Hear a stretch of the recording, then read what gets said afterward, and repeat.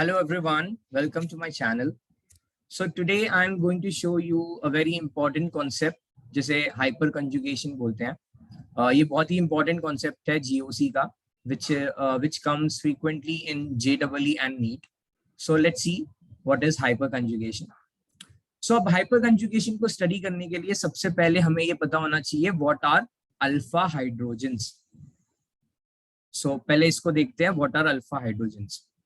जैसे मान लेते हैं for an example, if I have a compound like this is my compound. Okay, अब ये जो compound है इसके पास एक क्या double bond है. First of all, hyperconjugation is shown by double bond, positive charge and free radical. So ये mention करना भी जरूरी है. Double bond, positive charge या कार्बोकेटायन जिसको हम बोलते हैं, and free radical, ये तीनों में hyperconjugation देखा जाता है. So now alpha hydrogen of this compound अगर किसी ने पूछा तो कैसे फाइंड करेंगे. सबसे पहले हम इस डबल बॉन्ड को देखेंगे. Now इस डबल बॉन्ड के जो नेक्स्ट पोजीशन है और you can say adjacent position है ये वाली, इसको हम बोलते हैं अल्फा पोजीशन. ठीक है, this is your alpha position. So similarly ये भी अल्फा पोजीशन होगा और इसके पास जितने भी हाइड्रोजन होंगे हम उसको क्या बोलेंगे, दे आर अल्फा हाइड्रोजन. जैसे इस फॉर एन एग्जांपल ये मॉलिक्यूल CH3 है, यहाँ पे अटैच होगा तो यहाँ पे 3 alpha hydrogen I will say, and इसके पास 3 अल्फा हाइड्रोजन इस तरह से. तो total molecule total alpha hydrogen in this molecule will be 6 alpha hydrogen. Similarly अगर कोई नेक्स्ट एग्जांपल लूं मैं, this one. So if someone asks how many alpha hydrogens whether this molecule has, so what will be the answer? So it will have 12 alpha hydrogens. Okay. Next example you can say, suppose I have this compound. Now how many alpha hydrogen whether this molecule has? तो सबसे पहले alpha positions check करेंगे. This will be alpha position. This will be alpha position and this will be alpha position. So total this molecule will be having this is 2 alpha hydrogen, this is 2 alpha hydrogen and this is 3 alpha hydrogen. As this carbon ये carbon ने 2 bonds बनाए हैं तो there will be 2 alpha hydrogens. So in total there will be 7 alpha hydrogens for this molecule. So in this way, if there is double bond, so in this manner you will identify how many alpha hydrogens it will be present. Now the other thing, अब जरूरी नहीं कि double bond ही हमेशा हो, there can be a positive charge also and a free radical. तो अब उसको कैसे देखेंगे, let's see. सबसे पहले अगर मानते हैं कि मेरे पास कोई कंपाउंड है CH2CH3 positive. Now this is your carbocation. अब इसके अंदर भी हाइपर कंजुगेशन होता है, हम उसको देखेंगे. उसके पहले how many alpha hydrogen whether this compound has. तो जिस तरह से डबल बॉन्ड को हमने देखा वैसे ही पॉजिटिव चार्ज का जो अल्फा पोजीशन होता है वो ये नेक्स्ट पोजीशन होती है. सो this is the alpha position और इस अल्फा पोजीशन से जितने भी हाइड्रोजन अटैच हैं they are known as alpha hydrogen.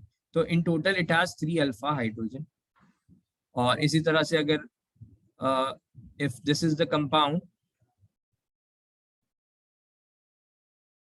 so total it will be having 9 alpha hydrogen. Similarly अगर मान लेते हैं कि CH डॉट है यहाँ पे and this is CH3 and CH3, तो अगर ये free radical है तो इसके पास भी कितने alpha hydrogen होंगे total? It will be having 3 plus 3. It will be having 6 alpha hydrogen. Okay, let's see now how this hyperconjugation works. So now हमें ये समझ आ गया कि what is alpha hydrogen. अब इसका यूज होगा हाइपर कंजुगेशन में. सपोज मान लो मैं एक कंपाउंड बनाता हूँ CH3 and CH2 plus. Okay, सो अब इसमें होता क्या है कि इस वाले CH2 plus जो है इसके पास एक वेकेंट p ऑर्बिटल होता है। अब ये जो वेकेंट p ऑर्बिटल है, इस वेकेंट p ऑर्बिटल के अंदर क्या होती है, अट्रैक्शन होता है। ये जो सिग्मा जो इलेक्ट्रॉन है इसका, ये जो CH का इलेक्ट्रॉन है इतना, ये CH जो बॉन्ड है वो 2 इलेक्ट्रॉन से बना होगा। तो इस ये जो सिग्मा इलेक्ट्रॉन है इसका और इसका जो होता है अट्रैक्शन होता है, एंड इसी अट्रैक्शन को हम हाइपरकंजुगेशन का नाम देते हैं। सो अब इससे क्या होता है कि अलग अलग टाइप के हाइपरकंजुगेटेड स्ट्रक्चर्स बनते हैं। जैसे हमने रेजोनेटिंग स्ट्रक्चर देखा था, वैसे ही इसमें क्या होता है, हाइपरकंजुगेटेड स्ट्रक्चर बनता है।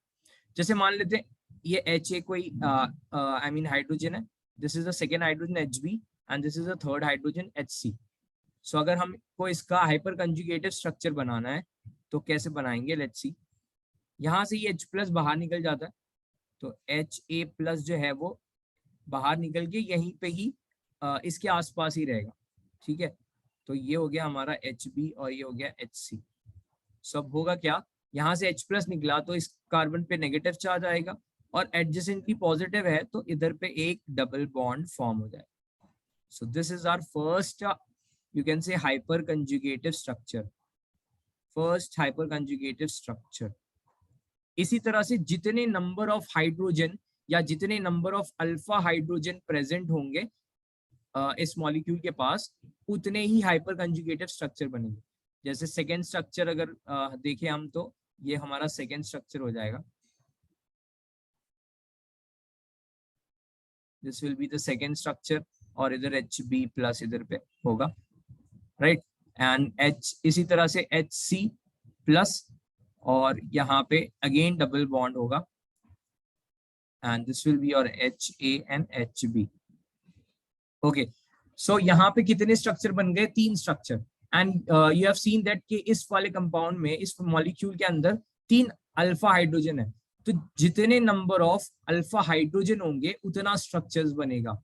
सो अब इससे क्या हो जाता है, इससे स्टेबिलिटी आ जाती है मॉलिक्यूल में। जितने ज्यादा स्ट्रक्चर बनेंगे उतना ही ज्यादा मॉलिक्यूल स्टेबल होगा। सो यू कैन से कि स्टेबिलिटी जो होती है वो किस पे डिपेंड करती है, हाइपर कंजुगेशन पे। तो stability, you can say stability increases if hyper conjugative structure increases, या you can say number of alpha hydrogen increases. जिसके पास जितने ज्यादा नंबर ऑफ अल्फा हाइड्रोजन होंगे वो इतना ही ज्यादा स्टेबल होगा। तो just this basic concept you have to remember कि सिर्फ अल्फा हाइड्रोजन काउंट करना है। तो अब क्वेश्चन कैसे आते हैं इसमें, let's see the questions. Okay, so let's see the first question. अगर मान लो कि हमारे पास ये कंपाउंड है, यहाँ पे पॉजिटिव चार्ज इस वाले सेंटर वाले कार्बन पे है,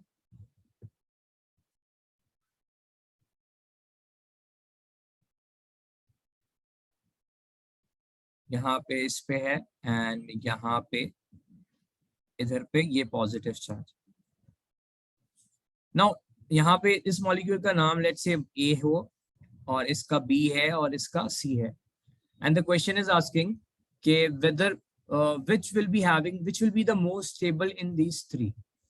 अगर इस टाइप का क्वेश्चन आया तो उसको कैसे करेंगे, सबसे पहले क्या करेंगे, हम इसमें हाइपर कंजुगेटेड स्ट्रक्चर देखेंगे।